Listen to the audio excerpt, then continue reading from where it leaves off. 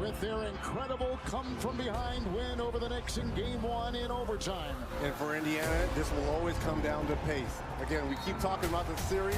They have the depth. They want to make this a track meet. What happens when a team riding high with the best season in 25 years suddenly crumbles in the biggest moment? The New York Knicks have found themselves in an absolute nightmare. After making it to the playoffs with sky-high expectations, they now face a disaster no one saw coming. Down 0-2 to the Indiana Pacers, on their home court no less, this was supposed to be their time to prove they could compete with the best. But instead of coming through when it mattered most, the Knicks have fallen apart. And the question on everyone's mind is, how did we get here? Can they fix it, or is their playoff run over before it even started? The stakes couldn't be higher. The Knicks had everything going for them at the start. Game 1 was supposed to be a statement, an emphatic "we've arrived" to the rest of the NBA. But what we witnessed was nothing short of a collapse of monumental proportions. The Knicks were leading, dominating for most of the game, but as the final minutes ticked away, the Pacers made an unbelievable comeback, stealing the game and leaving the Knicks stunned. The crowd at Madison Square Garden was silenced, and the disbelief was palpable. Then came Game 2, and despite a valiant effort to fight back, the Knicks once again fell short. They played well, but it wasn't enough.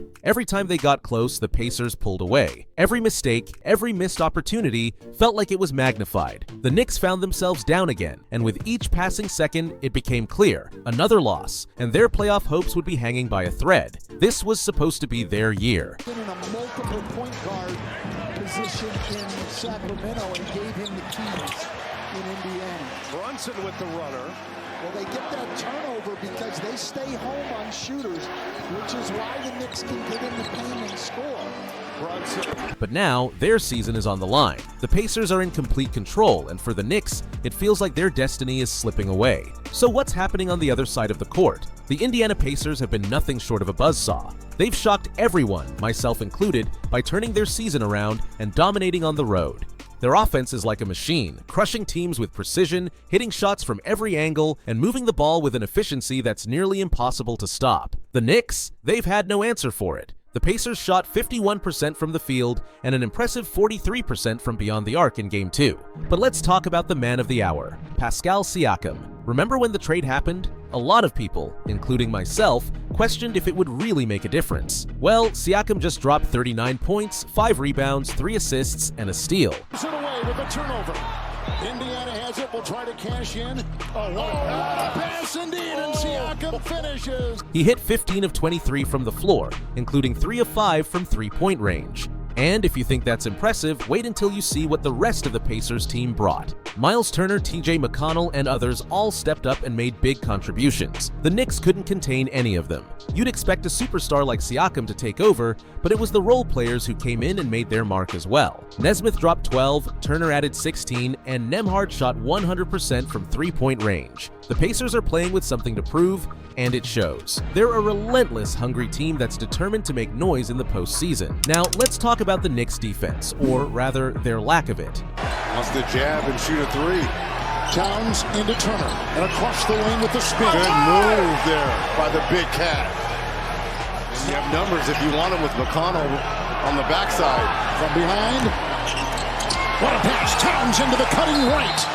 Throughout the season, the Knicks have prided themselves on their defense, but so far in this series, they've been completely exposed. The Pacers are playing at a blistering pace, and the Knicks just can't keep up. Every time the Pacers push the ball, the Knicks seem a step behind. They're slow to rotate, slow to close out shooters, and they can't contain the ball on the perimeter. The Pacers' passing has been crisp and precise. The ball moves faster than the Knicks can react, and it's led to wide-open shots all over the floor. On top of that, the Knicks are getting beat inside as well. They've been unable to stop the Pacers' big men who are scoring at will in the paint. They're getting caught in mismatches on defense and allowing easy buckets. It's not just the stars, though. The Pacers have been exploiting every opportunity, and it's evident in their offensive execution. The Knicks, despite their best efforts, haven't been able to stop this juggernaut. But it's not just the players on the court that are letting the Knicks down. Tom Thibodeau's coaching decisions have come under fire, and for good reason. The Knicks' lack of adjustments has been glaring throughout this series. In Game 2, for example, Thibodeau left his team vulnerable by making questionable lineup choices. The start of the fourth quarter was a critical moment,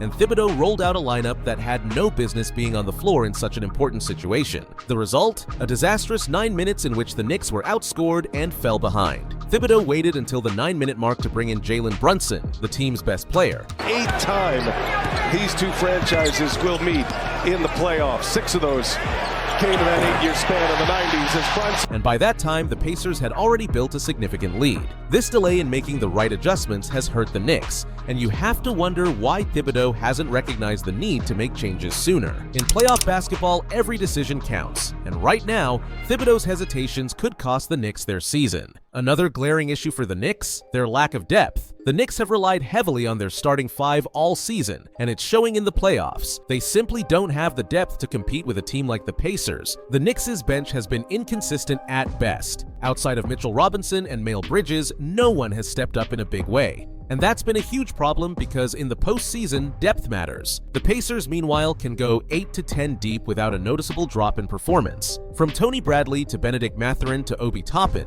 the Pacers have role players who are contributing solid minutes and making a difference on the court. The Knicks, on the other hand, are playing their key guys heavy minutes. Jalen Brunson played 38 minutes, Miles Bridges logged 45 minutes, and the fatigue is starting to show. The Knicks are gassed, and they don't have enough bodies to rotate in and keep fresh legs on the floor. And what about the Knicks' supposed stars? They've been underwhelming when it matters most. Karl Anthony Towns, who was supposed to be a defensive anchor for the Knicks, has been a liability. Right up at the lead in the playoffs.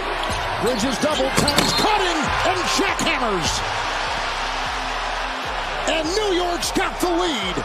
What a comeback. He hasn't been able to guard anyone on the Pacers, and his performance in Game 2 was nothing short of disappointing. Whether he's playing the 5 or the 4, he's been exposed on both ends of the floor. His defensive struggles have been especially glaring against the Pacers, who are taking advantage of every mismatch they can find. Then there's Jalen Brunson. Don't get me wrong, Brunson has been fantastic for the Knicks, putting up 36 points and 11 assists in Game 2. But even his heroics weren't enough. There were moments when he could have made better decisions, especially at the end of the game. With the Knicks down 3, Brunson attempted a deep three-pointer from way outside. The shot was ill-advised, and the Knicks had an opportunity to create a better look. Was it a sign of desperation, or was he trying to avoid getting fouled? We'll never know, but it's just another example of how the Knicks are struggling in critical moments. So what's next for the Knicks? They're staring down the barrel of a must-win Game 3 in Indiana, and if they lose, their season is over.